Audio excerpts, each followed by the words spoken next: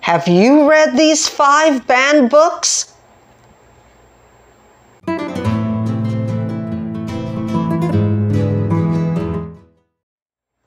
Hi BookTube, it's Marilyn Maya, and welcome back to my channel. Thank you so much for stopping by. I really appreciate it.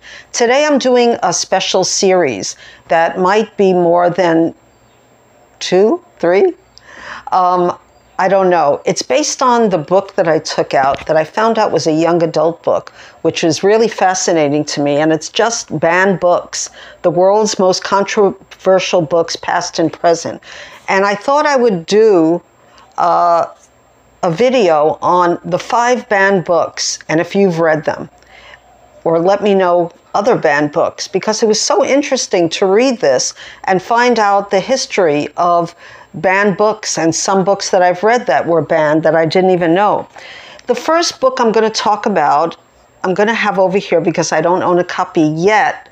It's the 1966 book by Truman Capote, and that was In Cold Blood. And the reason I'm talking about it first is because it's a true crime book, and March is March Mystery Madness, and I'm going to be one of the hosts, and I'm going to try to get that book because I read it, and it made a big impact on me. Now, true crime books used to be my go-to for mysteries, plus the Golden Age kind. But I don't read too much of them anymore because I don't think they're so well written. But that book by Truman Capote, let me just tell you a few things about it. It's a nonfiction novel, which kind of is an oxymoron here.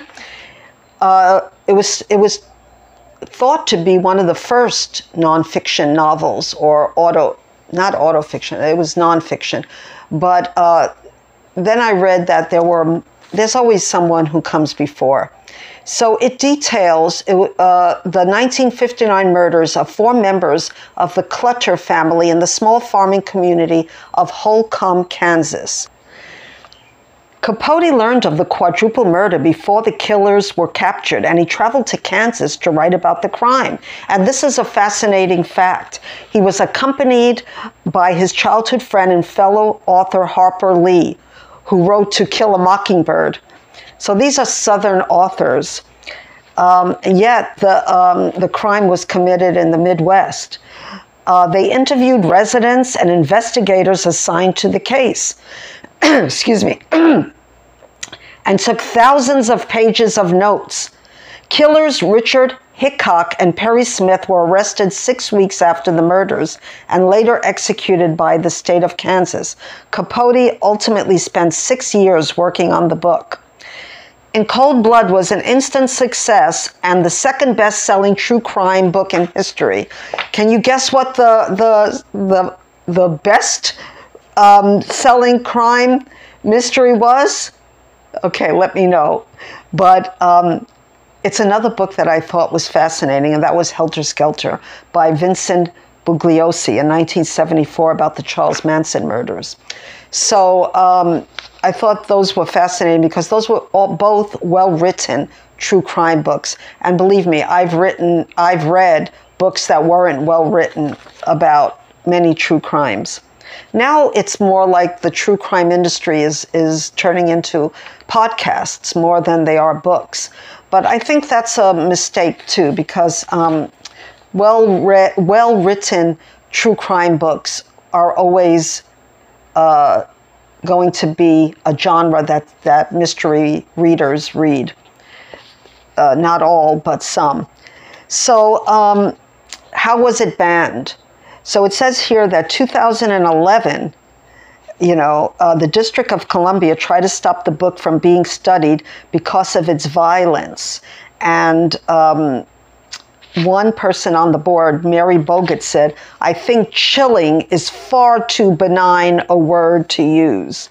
So I don't think, I said this before, but I don't think violent books are so readily to be banned than books that are controversial in other ways.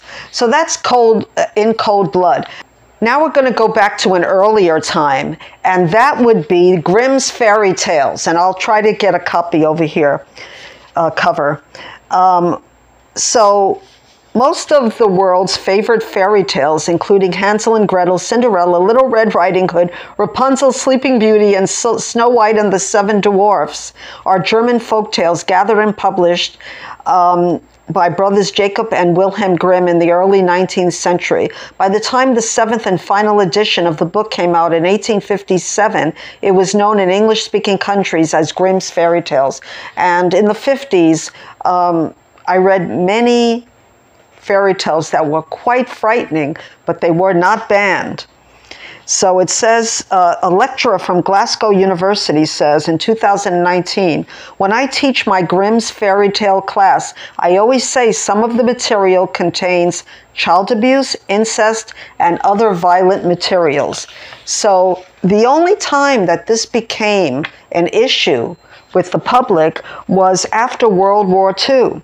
And the tales were banned in German schools because of their manipulation by the Nazis. And recent debate has focused on the impact the tales, which are often frightening and offensive, could have on young readers. Some teachers recommend that they come with a content warning. So how did the Nazi regime politicize the tales? They wanted to stir up nationalism, of course, and hatred of non-Aryans, claiming Little Red Riding Hood symbolized Aryan triumph over the wolfish Jew. So I don't know how long that the German schools banned Grimm's, but really, if you really read Grimm's fairy tales, they're really, a lot of them are very violent, and they scared me as a child, but I still read them because I loved fairy tales so much. Well, okay, so what is the third book? The third book is a book that was gifted to me and I haven't read yet, and it was gifted by Kelly. I'm pretty sure by Kelly. Kelly's channel is Books I'm Not Reading, and I'll have her information down below. And that is the 60th anniversary edition of Fahrenheit 451. So, what is this book about? I'm not sure. It's like I said, I wanted to read it because I read some of Ray Bradbury's books about writing, and I wanted to read this book because it's about banning books. So 60 years after its original publication, Ray Bradbury's internationally acclaimed novel stands as a classic of world literature set in a bleak dystopian future. Today, its message has grown more relevant than ever before. So, just to give you a small, synopsis, Guy Montag is a fireman. His job is to destroy the most illegal of commodities, the printed book, along with the houses in which they are hidden. And he never questions the destruction and ruin his actions produce, returning each day to his bland life and wife, Mildred, who spends all day with her television family. So I'm not going to go more into that, but I want to read to you what what this book says about Fahrenheit 451, because it's really fascinating. Because here he's writing, Ray Bradbury is writing a book about banning books, and his book was banned. Not only that, but it was changed by Ballantine Books. So it says, some cubbyhole editors at Ballantine Books, fearful of contaminating the young, had bit by bit censored some 75 different sections from the novel. So that's... Ray Bradbury said that in 1979, and he didn't even know that. So what happened was that in the 60s and the 70s, the book's publisher released an expurgated edition of Fahrenheit 451 intended for high school students. Not only were swear words removed, but characters were manipulated, and some episodes were entirely recast, all without the author's knowledge. What was worst, for 6 years, from 73 to 79, that edition was the only version of the novel offered for sale in the U.S.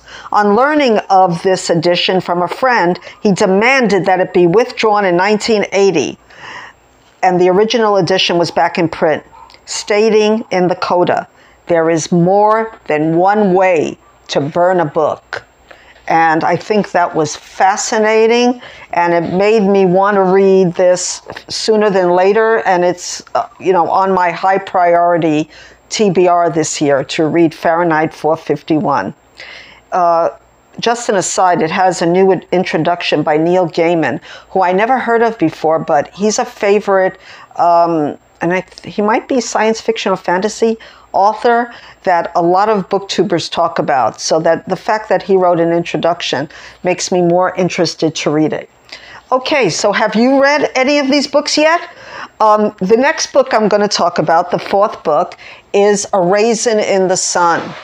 It's a play written by Loraine Hansberry. And this is a fascinating story too. First of all, let me show you the cover. How beautiful was she? She died very young. While researching this video, I found that out. This was a big hit when it came out as a play. And Sidney Poitier and I think it was Ruby Dee played the leads, along with Claudia McNeil, who's a very famous African-American character actress. And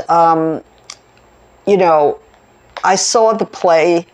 I think I saw it when it was televised on TV. I was too young to see the play when it was on Broadway. But this is the first play written by an African-American woman that was produced on Broadway. I think that's, just a wonderful bit of history. And she was there the first night. She didn't think it would be a success, but it was a big hit. And not only that, but Sidney Poitier, he pulled her on stage, in the closing. I thought that was good. But, there's a lot of history behind this when it comes to banning. So she says, "I can't imagine a contemporary writer any place in the world today who isn't in conflict with his world." So it opens in 1959 to a monumental success, both critically and commercially, running in 530 performances and winning the New York Drama Critics Award for Best American Play. Set in an apartment in Chicago's South Side, the play presents a Black American family standing up against racism and segregation. And this was taken from her own life because her father was fighting against segregation during his life because he bought a house in a white neighborhood. And that's sort of what it's about. So the title, A Raisin in the Sun, comes from a poem by Langston Hughes. And I'd like to read that to you, if I may, because when I studied African American literature in college, we had to study Langston Hughes. And I really suggest, this is still Black History Month, so try to read more of Langston Hughes.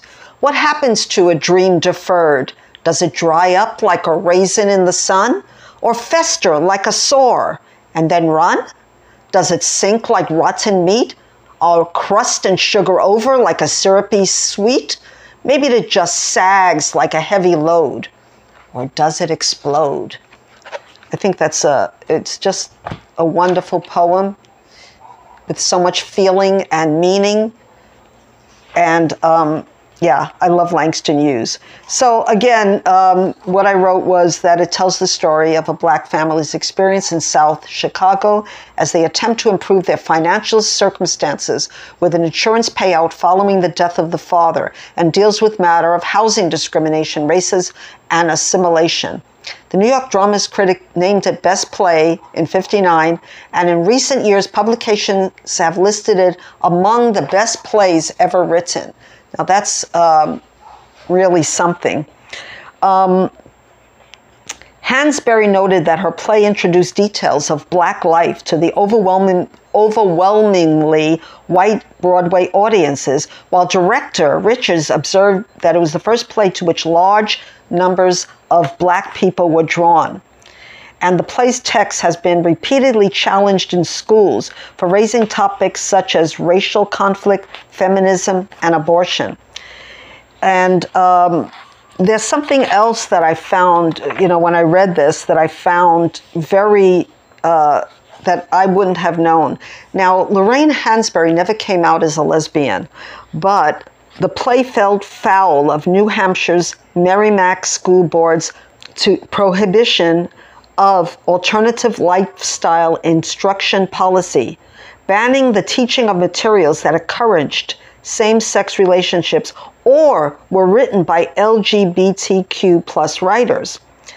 Now, like I said, she didn't come out as a lesbian, but her affiliation with the Daughters of Bilitis, a lesbian organization, and her romantic relationships with women were public knowledge. As a result, A Raisin in the Sun was listed as a prohibited text, unleashing a huge backlash. The ban was eventually dropped in 1996 when protesters filed a federal lawsuit against the school board.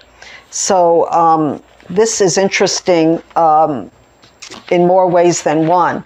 And one thing I'll say about Raisin in the Sun is that the words read so true and beautiful that I suggest that everyone reads this book. So have you read this banned book? The last book I'm going to talk about is a very famous book. It's also by a famous African-American author, and I'll have it here. It's called I Know Why the Caged Bird Sings by Maya Angelou. So we all know, or a lot of readers know, what this book is about. So what does Maya Angelou say? She says that the fact that the adult American Negro female emerges a formidable character is often met with amazement, distaste, and even belligerence.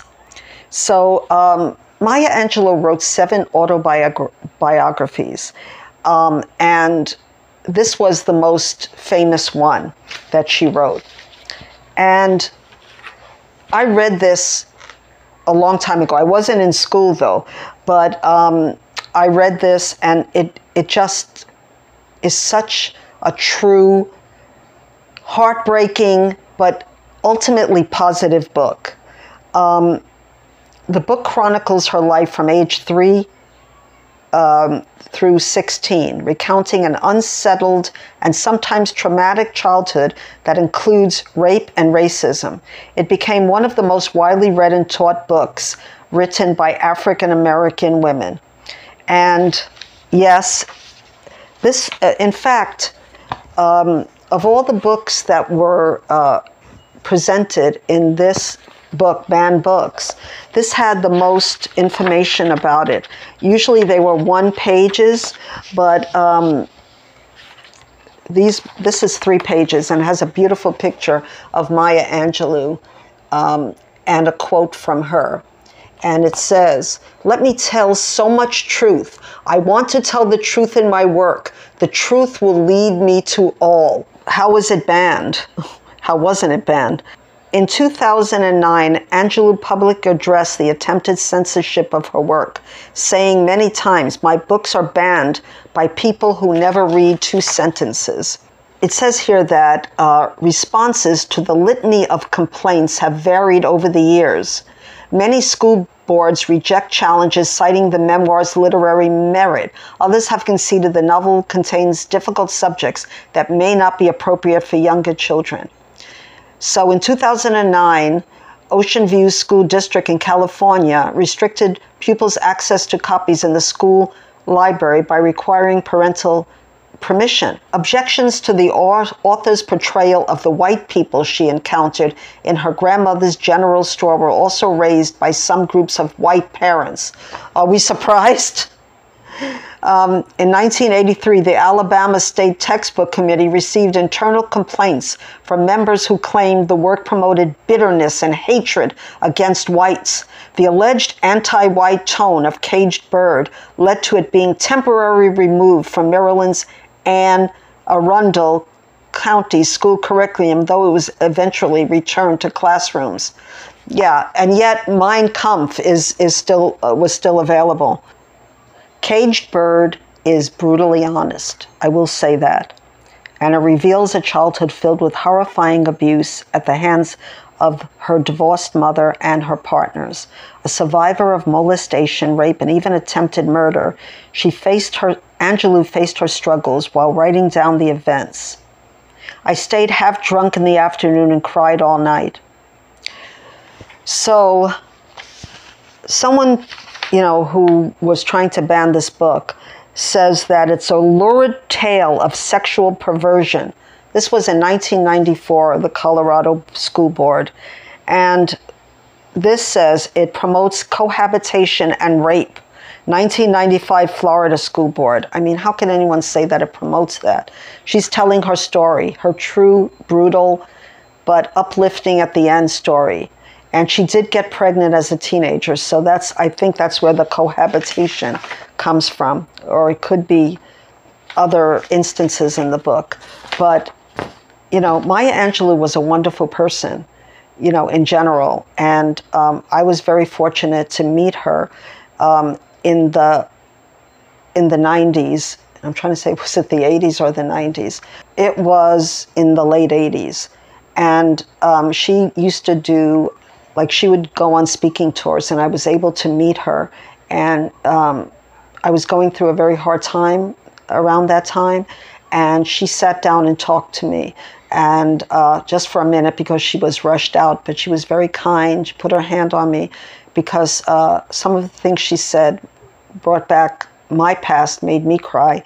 And at that time is when I changed my name from Masha to Maya. So this book has it's very significant to me. Now let me tell you why I don't own a copy of the book. I'm waiting for maybe an anniversary copy, if it's there, or a copy that really speaks to me. So that's why I don't have the book. Anyway, in closing, have you read any of these banned books? Or tell me some more banned books that you read. I have other books that I read from this book that I want to talk about at another time. So thank you so much for listening to my ramble. I'm afraid that I did ramble on a lot, but banning books and burning books is something that I'm very passionate against. And I hope you are too, because, that's how misinformation gets spread, when people aren't allowed to give their opinion and tell their stories. When they're not allowed to, then we have to listen to stories that are from one group of people, or maybe from lies, So anyway, thank you so much for watching. And I'll be back soon with March Mystery Madness and with other videos too, wrapping up February. So thank you for coming, and until we meet again, my friends, aloha.